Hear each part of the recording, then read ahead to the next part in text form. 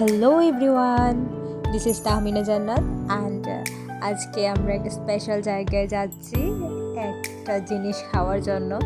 সেটার কিছু না, একটা স্পেশাল পিঠা খাওয়ার জন্য আমি, আমার বোনপোত আর আমার ফুফু চললাম রাতের বেলা।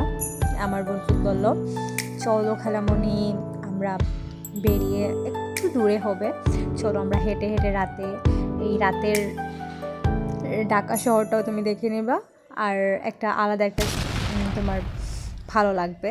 তো আমরা যেতে যেতে একটা সুন্দর চাঁদ দেখতে পেলাম। ওয়াও, এ বিউটিফুল মন, আমার মানে আমি বলে বোঝাতে পারবো না এত সুন্দর ভিউটা। আর এখানে অনেকগুলা যে ফ্লাওয়ার ছিল আর টব ছিল আর অনেক কিছু ছিল। আমি দেখে দেখে যাচ্ছিলাম, তো দেখি যেতে যেতে অনেক দূর রাস্তায়, ওই রাস্তা পার হয়ে আমরা এদিকে এলাম। আমি তো অবাক, জাস্ট এই রাতে ঢাকা শহরটা এত সুন্দর ঝলমল করে, সেটা বলে বোঝাতে পারবো না। তো আমরা হাঁটি হাঁটি পা করে চলেই যাচ্ছি, কিন্তু কোথায় যাব সেইটা আর আমার বোন বলতেছে না।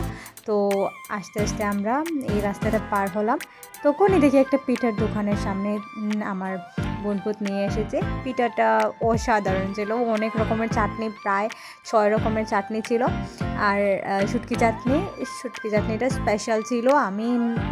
তো আমার বন্ধু বললো, তুমি কী খাবে, কী দিয়ে খাবে, ডিম, চিতই পিঠার মধ্যে ডিম দিয়ে খাবে নাকি অন্যরকম খাবে? আমি বললাম, ডিম দিয়ে চিতল পিঠা হয়, কে কাজ করে আমাকে ওইটা খাইয়ে দেয়। তো ওইটা উনি আমার বন্ধু অর্ডার দিল এবং আমরা 3 জনের অর্ডার কমপ্লিট হলো। তারপর আমি দেখলাম যে উনি কীভাবে এটা মেক করেন। আমি তো অবাক হয়ে গেছিলাম, ডিম দিয়ে কীভাবে এটা খাওয়া যায়।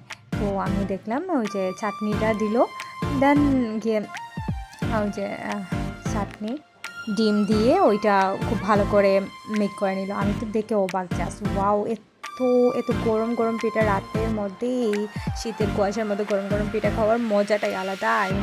আই জাস্ট অবাক, আমি কী বলবো। তো আমাদের পিঠা খাওয়া শেষ হয়ে গেল, আমরা বাড়ির উদ্দেশ্যে রওনা দিচ্ছিলাম। হঠাৎ করে একটা চোখে পড়লো একটা আচারের দোকান। তো এই ভ্যানের মধ্যেই আচার বিক্রি করতেছে। তো আমার বন্ধুকে বললাম, চল আমরা আচারও খেয়ে নিই। তো ও নিয়ে আসলো আচারের দোকানের সামনে। তো আমরা এলাম, আসার পর ওনারা দাম বলতেছিলেন, অনেক ধরনের আচার ছিল। আমরা প্যাক করে বাড়িতে নিয়ে এলাম। এই ছিল আমাদের mini blog. Thank you so much.